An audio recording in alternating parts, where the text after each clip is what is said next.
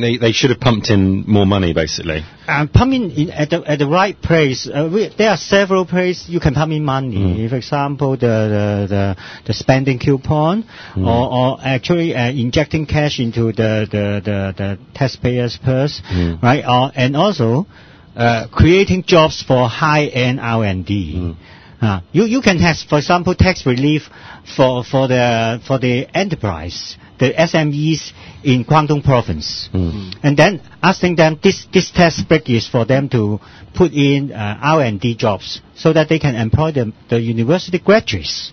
Now they are dishing out very menial, temporary, right, unpromising menial jobs, internship, so to say, for the university graduates. This is a waste of talent and money and opportunity. And it looks like they're trying to pump in money to do sort of infrastructure projects, aren't they? And thinking very little actually. It's all old stuff.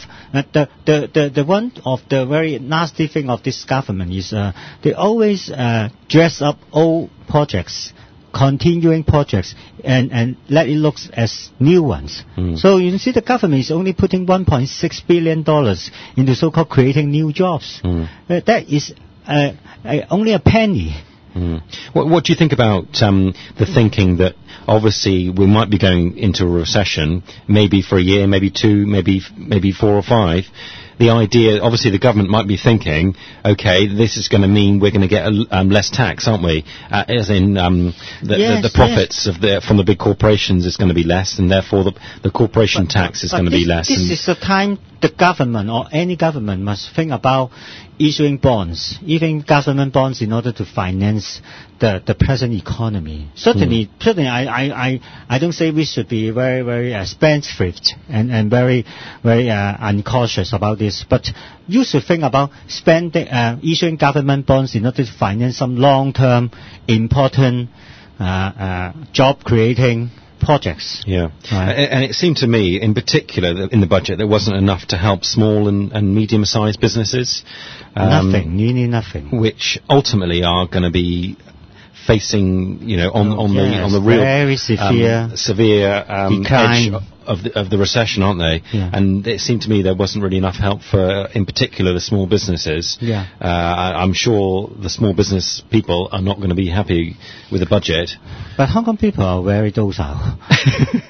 But I mean, in 2003, I think also the SME, the small business people, they threatened to left Hong Kong. So they say, some people say that the China government was a bit scared, but during these 5 years, the whole Hong Kong business has been monopolized. Right. So the situation may be changed. I don't know. Not only this 5 years. It has been monopolized for at least 15 years. But now, because because the SMEs, that means the enterprises, also themselves thinking that there is no place to go, so they are stuck here. So they cannot do anything about leaving or threatening the government. Yeah.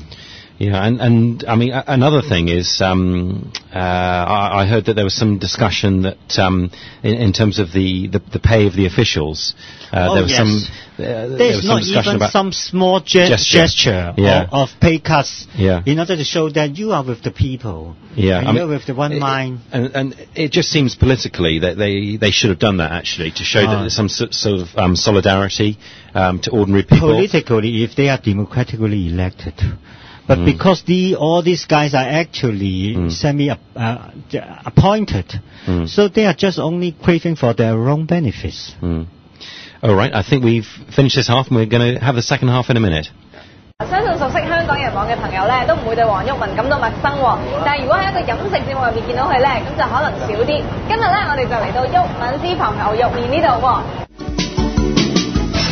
台灣特色美食都有好多滷肉飯啊嗰啲咁樣咧，點解又會揀咗牛肉麵咧做呢度嘅主打招牌菜咧？香港人都中意食牛肉麵㗎嘛，係咪先？咁台灣佢每年都有個牛肉麵節嘅，台灣啲牛肉麵咧貴到好得人驚㗎，成1000幾2000蚊台幣一碗都有啊，即係講緊你幾百蚊港紙嘅。咁啊，但係香港就即係真係有水平嘅台灣牛肉麵就真係唔多。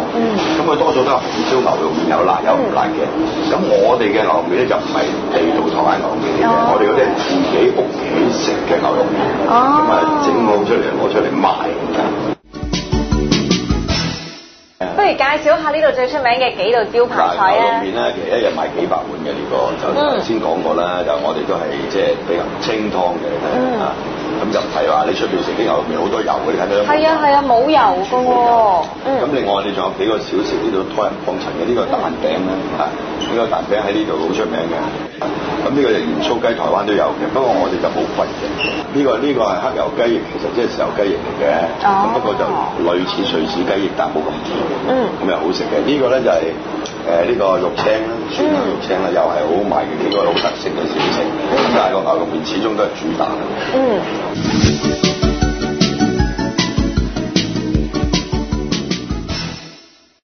Okay, welcome back. We're going to talk a bit more about the budget, and then we're going to move on and talk perhaps a bit about Robert Mugabe buying a house in Hong Kong, and maybe if we've got time, talking a bit about Hilary Clinton's visit to Beijing as well. But just finish off talking about the budget. There were some other interesting things in the budget. In particular, there was the tobacco, the 50% increase in tobacco duty, which is that's quite a big hike in one go. Hike. But I would say it was about time it happened. Actually, it should have happened a long time ago. What do you think? Really, because the tobacco tax in the duty in Hong Kong is already quite high. I wouldn't say, but you're thinking in terms of Hong Kong. In terms of globally, Hong Kong is still low, right? In terms of globally, Hong Kong cigarettes are very cheap in terms of comparing it to other other developed countries. But you must be mindful that there is a big counterfeit cigarette factories just north of us. That's exactly right. So you can hike it too much. Otherwise, the smuggled cigarettes will become unstoppable virtually. Yeah, well, but that is not the most important point. The most important point is this hike. Yeah, is compared with nothing about any increase in wine tax. The wine tax, the wine duty has been completely abolished, right? Last year. So now this year, actually, there is nothing.